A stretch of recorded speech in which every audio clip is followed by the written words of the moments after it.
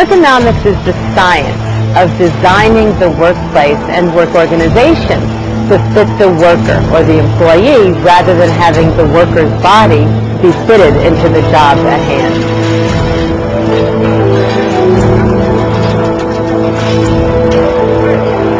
The Bureau of Labor Statistics have identified over 615,000 lost workday injuries every year due to musculoskeletal disorders.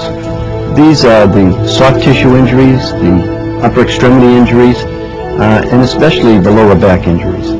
They can be very debilitating. They're very serious, they're very costly, but most important, they're preventable. And an ergonomic program does not need to cost a lot of money. I mean, a lot of it is common sense. So we need to make sure that we do implement preventive programs designed through ergonomic techniques.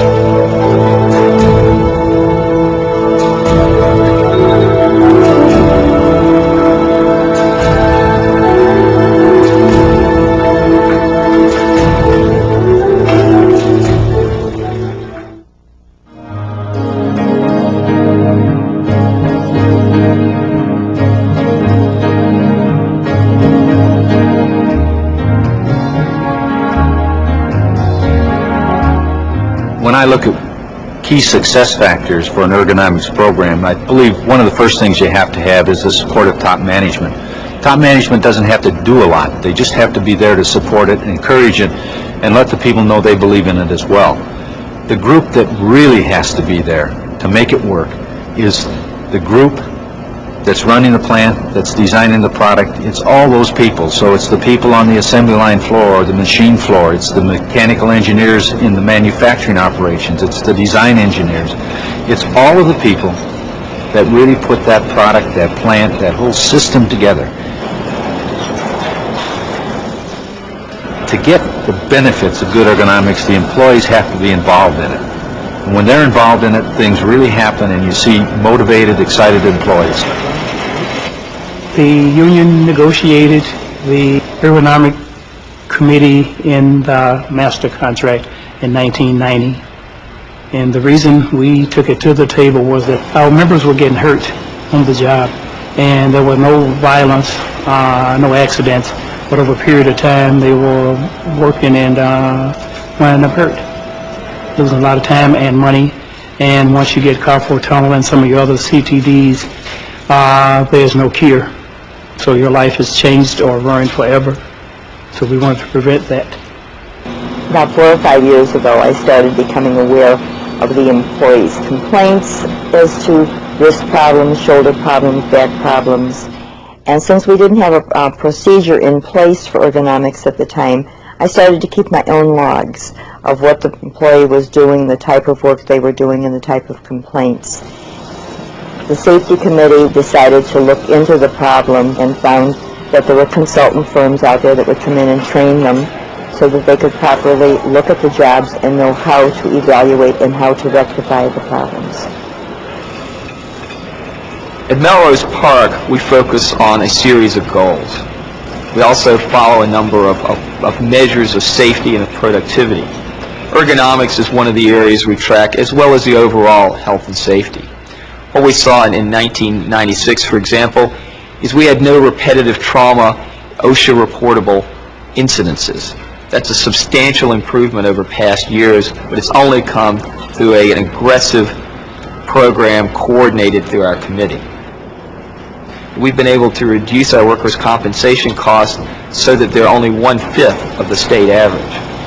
At the same time, the lost time case rate and the incidence and frequency rate is much lower than national average. This shows that we can reduce our cost and also protect the health and productivity of the workforce. Some of the first things you're going to do is you're going to look at their OSHA 200 logs where there are injuries and illness records and try to determine which ones of those are actually ergonomically related. Then you're going to talk to management officials to find out what kind of programs they have. And then you want to get out into the plant, do some videotaping, look at the tools that they're using, and talk to the employees and ask them, you know, do you report these things to the company officials, such as the tingling in your fingers, the numbness in your hands, your arms, those types of things, and find out if they've been trained regarding ergonomics. Do they have a medical department? What kind of medical facilities do they have?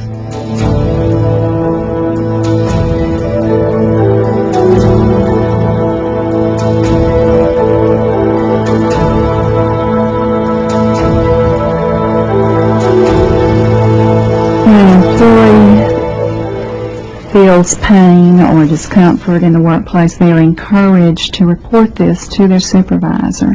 And supervisors have been given ergonomic training to assist them in responding to these employees. The ergonomics program allows the supervisor to adjust the workstation, correct work methods, and if the employee's problems are not resolved with those measures, then they are referred to the nurse for evaluation and treatment. Feel anything there? Okay, that's good. Okay. I want you to go ahead, if you would please, and squeeze this for me. Just squeeze it as hard as you can. Okay, that's good. The changes that may have occurred in the workplace are probably going to be less than you are imagining. The old chair was just a straight chair, you know, and it didn't move unless you got up and turned it, so that made it, you know, more difficult. And then you couldn't adjust the back, you couldn't adjust, you know, the height and stuff, and some of them you could, but it took 2 or 3 people. So with the new chairs, like I said, it's a whole lot better. You know, you can just mesh a little thing and it goes up and down, and that's a whole lot better.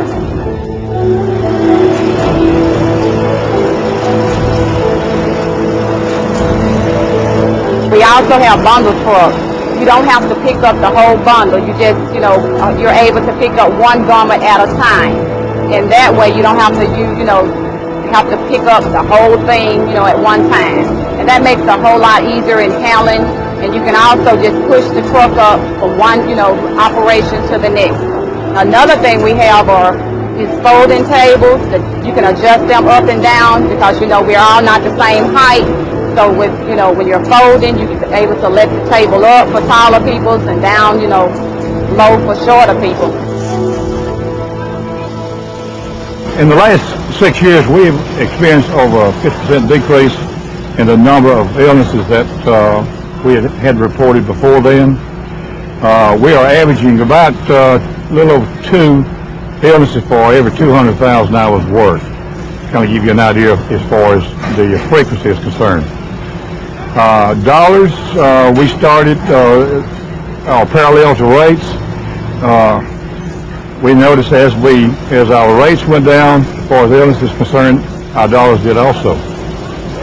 Plus, our people are happier. In doing surveys within the plants myself, I find that they tell me that they are less tired now than they were years ago when they first came to work. It's just smart business to go ahead and get involved with the Ergo program, because sooner or later you'll have problems.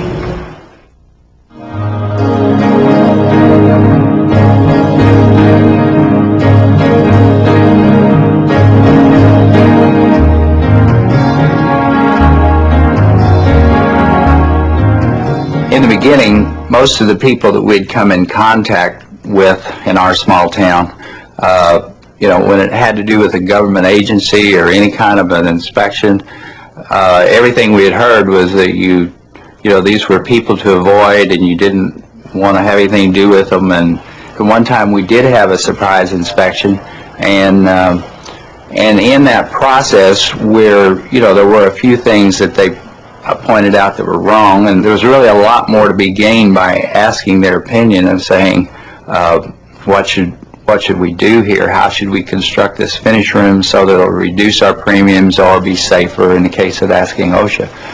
We think that we actually benefited, and because of this, we kind of made this shift from them being the enemy to them being a resource that actually would help us. David Carroll, our safety director. He has got books from OSHA and different places, and he shares them with the safety team, and then we carry this on back to our teams. We have had an improvement in ergonomics. It helps lifting on the panel processing. We used to lift just one single panel at a time with plywood.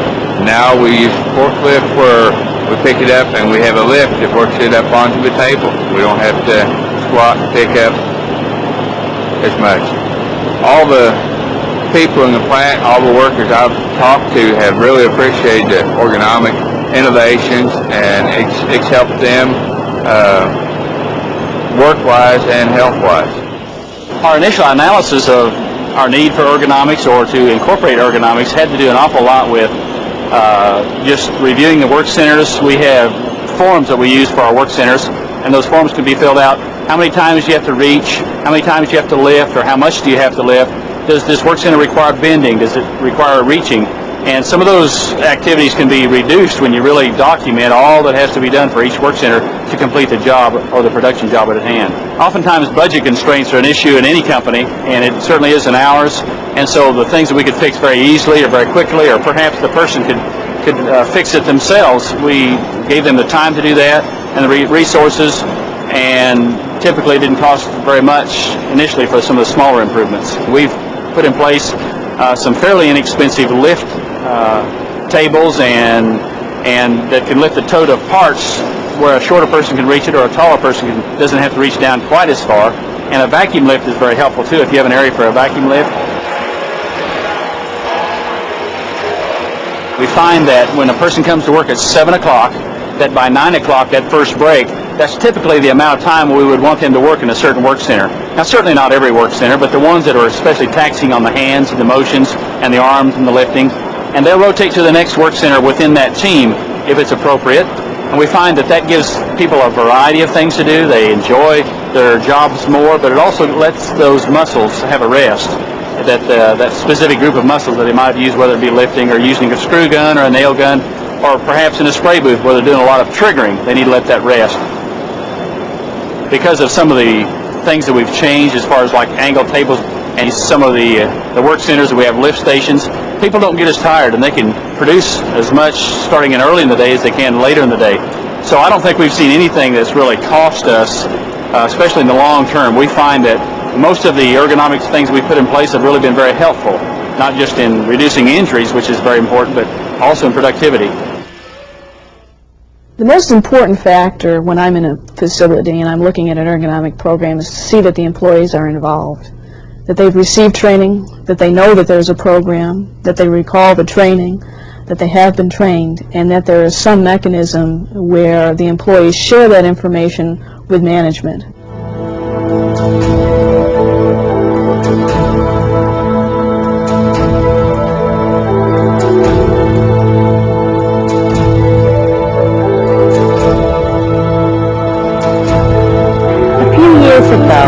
I saw a patient who worked at Sequins International performing a job called spooling.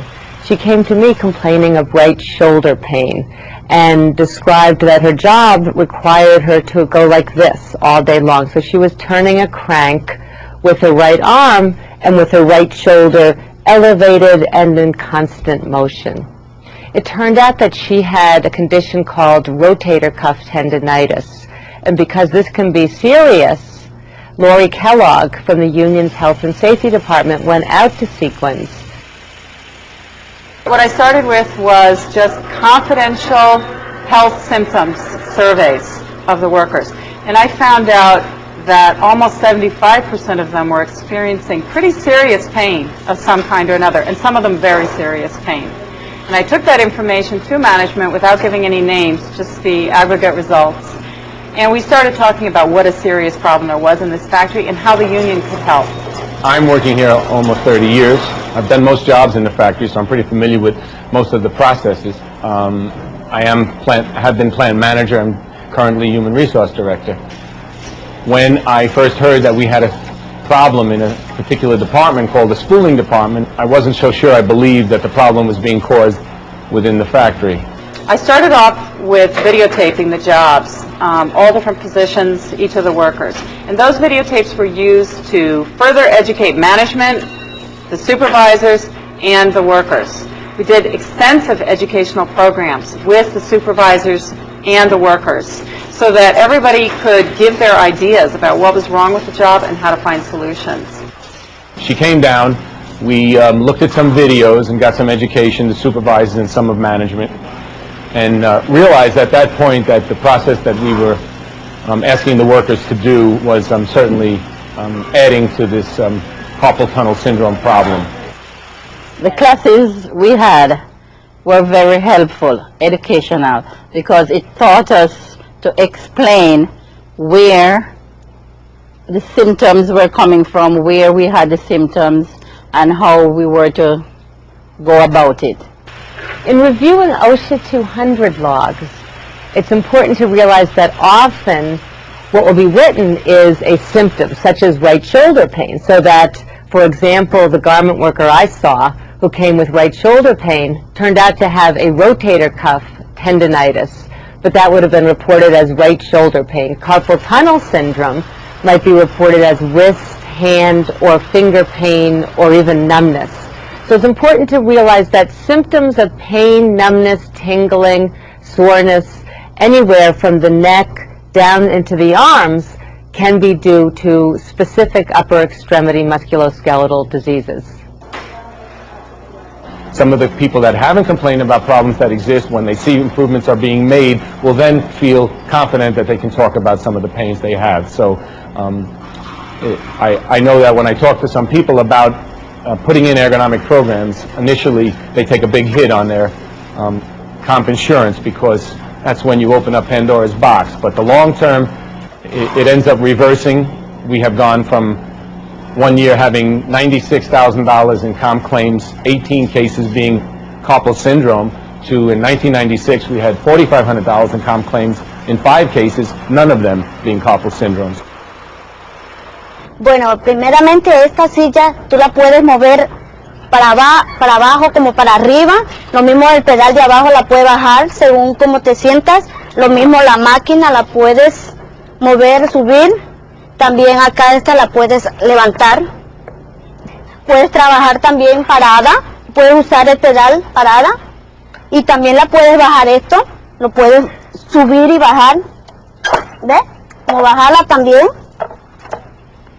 Entonces ahora ya me siento mejor. The most important thing that we've learned about the ergonomics process is that there's one group of people who knows what the problems are and can figure out the solutions, and that is the workers who are doing the jobs. And you have to give a lot of room for them to criticize, to be involved in the process, to make complaints, to be honest about the symptoms they're feeling, and then really respect the suggestions that they make for improving the machine. An ergonomics project really has to include a lot of different elements. There has to be a plan for looking at medical issues and medical management. How are people going to be dealt with when they have injuries? There needs to be a participatory process for job analysis and job redesign, and there needs to be evaluation after the project and as you go along in the project.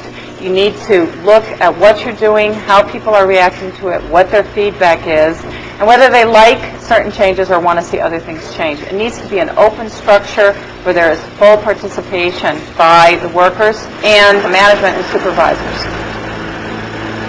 If there's a message to give anybody about trying to take a look at what's being done in your factory and see if you can make some improvements, certainly ergonomically, the message I would say is that as small as you might be, there is a lot that you can do, and it doesn't always require large sums of money. This is not an issue of comfort, this is an issue of health. We learned in this process that if you're trying to incorporate your workers into making a business successful, you cannot ask them to extend themselves on one end if you don't listen to what their problems are on the other. And I think that's where we came from.